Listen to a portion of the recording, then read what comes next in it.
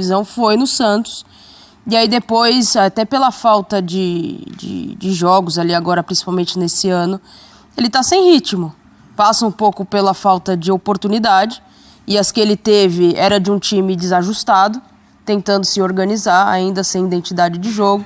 Com o Sampaoli tentando fazer esse time assimilar. Não acho que ele é o suprassumo de jogador, mas também não acho que ele é tão descartável assim. Né? Então, por Fortaleza... Seria útil no Fortaleza? Seria útil no Fortaleza. Mas é o que o professor falou, tô com ele. Hoje, no momento atual, se a gente pegasse o Marinho de antes, óbvio que a gente ia analisar pelo contexto ele no topo. Mas hoje ele é muito mais negócio para ele do que pro Fortaleza. E ele é um jogador a ser recuperado, né, Nath? Que ele se recupere no Fortaleza, mas aí vai ter que ter um processo de recuperação do seu melhor momento. Eu acho que ele próprio sabe disso, né? Sim. E essa questão salarial talvez entre nessa... assentar esse momento. O Marinho entendeu o momento dele. O Fortaleza é uma boa oportunidade, hein, para quem está querendo. E é um time organizado, né, jogo, professor? Hein? Não pode reclamar que não tem time lá, hein? Sabe o que eu fico pensando ao ouvir essa sua frase? Um jogador a ser recuperado. O Marinho tem 33 anos. Tem que ser recuperado? De confiança, sim. Será seu melhor momento, né? Precisa sim. Assim como quando ele chega ao Santos, ele também precisava ser recuperado. Ele vinha numa fase muito ruim no Grêmio. Foi uma das piores passagens dele, foi no Grêmio. E o que me chama a atenção também é que a melhor fase, ou se não foi a melhor, uma das melhores, foi com o Jorge Sampaoli, que o próprio Marinho já declarou que o Sampaoli o ajudou muito, o ensinou muito, e agora ele volta a trabalhar com o Sampaoli e não dá certo. Também isso me chama a atenção. Eu acredito, Abel, assim, que o jogador ele tem as características dele e as qualidades dele que estão lá. Claro que com a idade, já está com 33, não tem mais a explosão que teve no início de carreira. Né? E ele sempre foi muito do 1 contra 1, de partir para cima, de chutar forte de fora da área. Mas 33 também não é uma carreira, um estágio que você encerra a carreira hoje em dia. Ainda tem a render. Eu acredito muito em encaixe do jogador no ambiente do clube e na proposta tática da equipe. Ele encaixou muito bem, por exemplo, ali atrás no Vitória. Encaixou muito bem no Santos, não encaixou em outros clubes. Acho que a grande questão, o grande desafio, caso ele feche com Fortaleza, e eu acho que pode ser bom para ambos, porque Fortaleza hoje carece de alguém com um pouco mais de aproveitamento no ataque. O Fortaleza é um time coletivamente bem resolvido, mas o ataque ainda falha na hora de fazer os gols, e ele é um jogador que é artilheiro, caso encontre o seu espaço no time. Caso o Vojvoda saiba encaixar o Marinho dentro de um sistema. Um sistema que explore as melhores qualidades do Marinho e entenda as deficiências dele. Porque no Flamengo ele nunca teve isso. O Marinho, ele se destacou no Santos, onde ele era protagonista. Dá a bola nele. Era muito isso. E ele, muitas vezes, resolvia. No Flamengo, ele era mais um. E sendo mais um, às vezes ele era obrigado a jogar fora de posição. O Marinho jogou de lateral esquerdo no Flamengo com o Vitor Pereira. É um absurdo. Absurdo. Marinho de lateral esquerdo. O Luiz jogou várias vezes. Ah, não tem lateral esquerdo? Vai lá, você é canhoto, joga ali. Não tem nada a ver com o futebol do Marinho jogar de lateral esquerdo. Mas foi colocado completamente fora da posição dele. Não dá para cobrar do Marinho que renda jogando fora do ambiente que ele está acostumado. Mas ele jogou muitas na posição dele e não rendeu, né, Eugênio? Então, e vamos lá. É um time que não trabalhava para explorar as virtudes dele. A virtude do Marinho é o 1 contra 1 e é você jogar aberto pela direita, trazendo para dentro para chutar. O Flamengo não trabalhava esse tipo de lance com ele. Pedia que ele jogasse aberto, que ele levasse a bola no fundo. E outro, ele nunca foi o protagonista, então ele nunca era a primeira opção de passe. O Flamengo sempre tendia mais para o outro lado do campo quando ele estava jogando. Então ele conseguiu jogar no passado com alguma regularidade no time do Campeonato Brasileiro.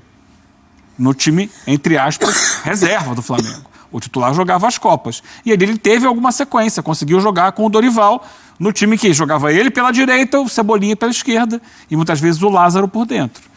Eu acho que se o Vojvoda conseguir encaixar uma maneira de aproveitar a virtude do Marinho, se ele conseguir estar fisicamente bem, ele vai fazer muito bem para esse time do Fortaleza. Porque a gente olha ali, o Fortaleza perdeu o Moisés recentemente, que era o jogador mais incisivo da equipe. Hoje o Fortaleza tem alguns atacantes ali que tem lá suas qualidades, o Lucero, o Romero, o Thiago Galhardo, mas que não estão resolvendo. O Fortaleza precisa de alguém para resolver, que é um time bom, organizado, que cria situações de gol, mas não as resolve. E eu acho que o Marinho pode colaborar nisso. Nesse sentido, o Fortaleza é mais um time pedindo o Marinho do que era o Flamengo, né? Você imaginar um Flamengo, muito mais, né? O Marinho protagonista no Flamengo, não dava. O Flamengo não ia jogar em função do Marinho, em função das características do Marinho, em função do que o Marinho podia dar. É só você ver o elenco que o Flamengo tem e os objetivos que o Flamengo almeja. Já no Fortaleza, parece que tem um time esperando por alguém com o estilo de jogo dele, desde que ele recupere aquilo que ele jogava. Não tem mostrado. Acho que a gente pode citar alguns jogadores nesse trabalho do Vojvoda, mas vou lembrar um que saiu de um clube, não sei se é um exagero dizer achincalhado, mas a torcida não estava muito feliz com ele. E no Fortaleza foi feliz, o Pikachu. Quando o Pikachu saiu do Vasco, saiu como? A torcida morria de amores pelo Pikachu? Mas... Não cresceu com o Vojvoda no Fortaleza? Pode acontecer com o Marinho, em cima do que o Eugênio falou, do ambiente, do time jogar mais pro cara, do cara ter mais confiança, de repente, do treinador. É isso. Ou exagerei nesse exemplo do Pikachu? Não, eu acho que não. Tem a ver? O Vascaíno, na verdade, naquela época, o Vascaíno talvez fosse feliz e não sabia, né? Em relação ao que ia acontecer depois. Sim. Mas é isso. O Pikachu sai sob desconfiança e no Fortaleza se torna o jogador que se tornou, tanto que voltou e é um jogador importante. Os melhores momentos do Marinho foram em times que pediam jogadores com a característica dele, não o contrário. Então, isso era com Vitória. E os piores momentos do Marinho foram em times que tinha mais do que o Marinho. Cruzeiro, o Grêmio, agora o Flamengo. Então pode ser que desliga, mas insisto, depende muito do Marinho.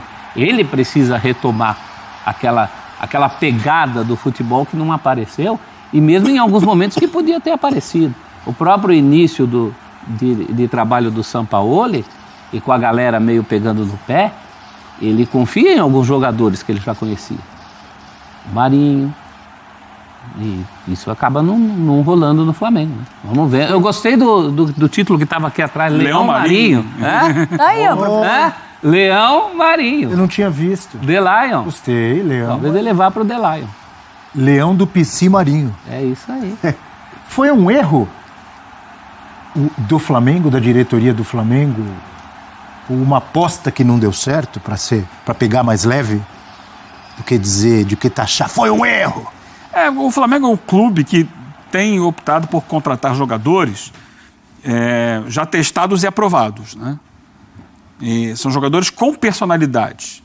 Se olhar o time do Flamengo hoje, olha só, você tem Davi Luiz, você tem Vidal. O Vidal é uma enorme personalidade, sempre foi muito forte por onde passou. Felipe Luiz, o Gabigol, sabe? São nomes. Everton Ribeiro, protagonista no Cruzeiro.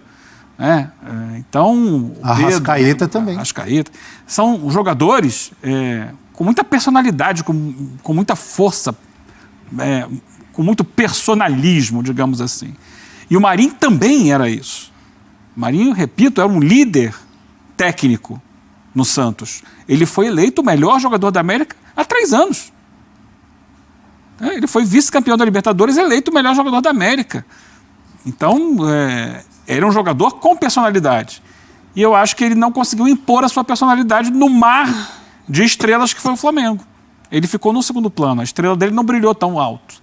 Eu acho que essa foi a grande questão. O Flamengo busca jogadores que consigam se juntar, né, se conectar, formar uma constelação. Dentro dessa constelação, a estrela do Marinho não brilhou tão alto. Talvez ele não tenha esse nível dessa constelação, mas ele ainda pode ser muito bem aproveitável em outros clubes. Eu não esperava um Marinho protagonista no Flamengo, em nenhum momento.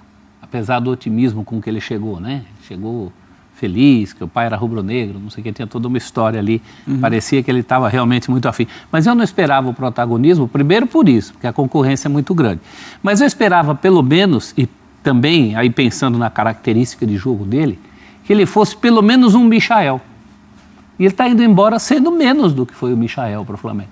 Mas o Michael teve uma época, professor, Que ele era protagonista. Então, por isso... Ele foi. Protagonista. Inclusive, um dos erros do Renato foi não ter escalado o Michael como titular naquela final da Libertadores, onde ele era, quando ele era, nos meses anteriores, nas semanas anteriores, o melhor jogador do time. E, lamentavelmente, para os rubro-negros, o Michael entrou no jogo e perdeu um gol. Mas já um gol na cara do Everton. No segundo tempo, com um jogo com outro padrão, com outro ritmo, né? Diferente. Mas no Brasileiro, quantos jogos o Michael não ganhou para o Flamengo? Muitos. Muitos. Como diria Oswaldo Pascoal. E com versatilidade, mais do que o escape. O Michael fez gol de cabeça, fez gol trabalhando a jogada.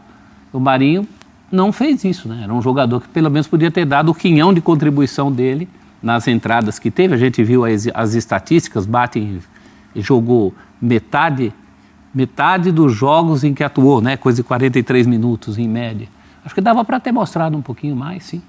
Se você se colocar no lugar do Marinho e pensar que você tem o Fortaleza e o São Paulo atrás de você, é uma boa ou é melhor para ele ir para o Fortaleza? É óbvio que o jogador, o seu staff, o seu empresário, enfim, eles vão analisar também a parte financeira, quem oferece o melhor contrato. Às vezes um clube quer oferecer 1 ano, o outro cede e oferece 2, 3, mas pensando no que tem os times. Não só de história de camisa, porque o São Paulo tem mais história, tem mais camisa que o Fortaleza, mas o que os times produzem hoje em dia, as competições que disputam, até onde pode chegar, onde ele encaixaria melhor, de repente, pensando nos elencos, dá para imaginar? O Fortaleza em campo é mais organizado.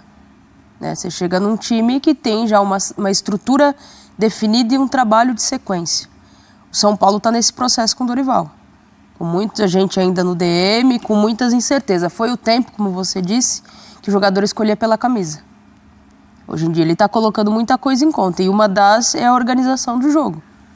O Fortaleza hoje... O Fortaleza tem disputado mais, ultimamente, por exemplo, a Libertadores do que o São Paulo. É um lugar para trabalhar mais sossegado. Pelo menos nos últimos 2 anos. Não, 2 ou 3 anos. É um lugar para trabalhar mais sossegado, não se tem dúvida disso. O Marinho, se o Marinho chega hoje no São Paulo, é um barulho danado para ele ser salvador da pátria de novo. O Fortaleza, ele vai ter um pouco mais de tranquilidade, né? Ele chega mais grandão no Fortaleza, no sentido de comoção, de mídia, de torcida. A recepção a ele será menos desconfiada. No São Paulo ele já chega com cobrança. Vai, resolve aí o que não estão resolvendo nos últimos 10 anos. Eu não tinha pensado nesse aspecto aí que você destacou. Eu estou com você, hein, professor? É pesado. Chegar hoje no São Paulo não é mole, não. É uma gestão também mais profissional, né? Mais organizada, mais estruturada. Um clube que vem crescendo de forma impressionante, né? O Fortaleza. E não é à toa, porque o presidente Marcelo Paz, lá, a sua diretoria, eles fazem um trabalho de dar sustentação, de dar infraestrutura, desenvolvendo lá CT, desenvolvendo equipamentos. Não é só o que a gente vê dentro do campo, né? Tem toda uma estrutura, um planejamento de clube que está no momento de crescimento. O São Paulo está em estagnação. O São Paulo parou há muito tempo. É claro que a gente vê hoje um trabalho do Dorival Júnior, do técnico, que está organizando dentro das 4 linhas um time. Mas enquanto instituição, o São Paulo está estagnado, o São Paulo não avançou. E o Fortaleza, pelo contrário, numa dimensão menor do que o São Paulo, ele não tem o alcance do São Paulo. Mas ele, se a gente comparar o que o Fortaleza era há 10 anos, ele é muito maior, ele cresceu muito. E o São Paulo não cresceu. O São Paulo continua sendo maior do que o Fortaleza, mas ele está parado no tempo. Essa Paulo, se a gente imaginar, ele caiu. Se a gente pensar o que o São Paulo já conquistou. Não, em relação ao que era o São Paulo, lá no final dos anos 90, no início, na primeira década desse século. Mas eu estou falando, nos últimos 10 anos, o São Paulo não mudou do que era, assim, ele não andou para frente. Nos últimos 10 anos, São Paulo ganhou o quê? Disputou o quê? Ganhou um campeonato paulista. Não, mas disputou o quê? Nos últimos 10 anos. Disputou um campeonato brasileiro, com o Fernando Diniz, em 10 anos. É verdade, ele andou para trás. Ele andou para trás, porque ele não está nem disputando os títulos. Porque se a gente olhar, não muito tempo atrás, ele estava numa semifinal de Libertadores em 2016. Chegou a ser vice-campeão brasileiro em 2014. Isso tem menos de 10 anos. Mas hoje ele já não está mais nesse nível de disputa. Ele caiu. Mesmo sem vencer, ele estava perto ali. Hoje ele não está. Por isso que reflete, né, o que vem de fora. Você falava da questão de todo o entorno que tem do Fortaleza, que cresce fora também. Isso reflete dentro de campo. Porque é um time onde o jogador sabe que o salário vai cair em dia. É um time que o jogador sabe que tem uma continuidade de trabalho, não manda treinador embora a qualquer custo. Você falou que eu ia falar do técnico. O que aconteceu no Fortaleza no ano passado, já citei e vou citar de novo Campeonato aqui. Brasileiro. Campeonato Brasileiro, terminar o primeiro turno, do jeito que o Fortaleza terminou na zona do rebaixamento, no São Paulo, o técnico já teria caído há muito tempo. O São Paulo troca de técnico toda hora, gente. O Fortaleza deu continuidade porque acreditava no trabalho do Vojvoda e pensou, tá dando errado agora, com o Vojvoda nós vamos recuperar. O que quase nenhum clube no Brasil faz, muito menos o São Paulo. E tem a contrapartida, o Vojvoda também acredita no trabalho do Fortaleza, porque quantas chances de ir embora para a camisa maior ele já teve e não foi? É verdade. Então, tem estabilidade. Agora tem o outro lado dessa história também, a favor de uma escolha pelo São Paulo, né? É um baita desafio profissional. Todo profissional sonha em estar ali no momento em que o São Paulo der essa retomada. Então, todo profissional com desafio também se sente, né? Fala, puxa, eu posso ser o cara que pode ajudar numa retomada. Mas tem isso do São ainda, Paulo. Professor? Todo profissional tem, né? Todo profissional em qualquer área tem. Sabe o que a gente vai falar daqui a pouco? Natália, Eugênio, professor Celso Zelt. Vamos falar sobre um clube da Série A do Campeonato Brasileiro que nos últimos 20 dias foi alvo de protesto de torcedores. Qual é esse clube? Ih, tem vários, hein? Tem vários, mas eu chutaria um.